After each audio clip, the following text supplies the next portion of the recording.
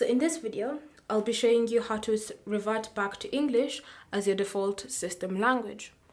So begin by opening the settings icon.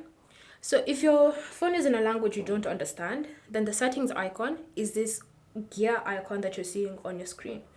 So just tap on that icon. And then from here, you want to scroll through your settings menu to look for general management. Again, if you don't understand the language on your screen, general management is this icon here that you can see on your screen currently, and it's this gray sort of icon. So you want to tap on that option, and then you want to select languages. Languages is at the top of the list, so tap on it.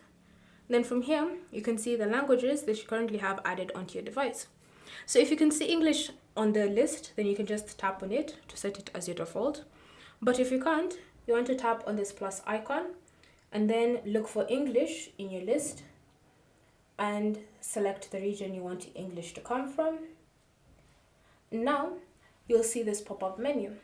So select the option that is on the right, which is set as a default. And now wait for your system to load the change, and you'll notice that English has now been set as your default system language. Thank you for watching.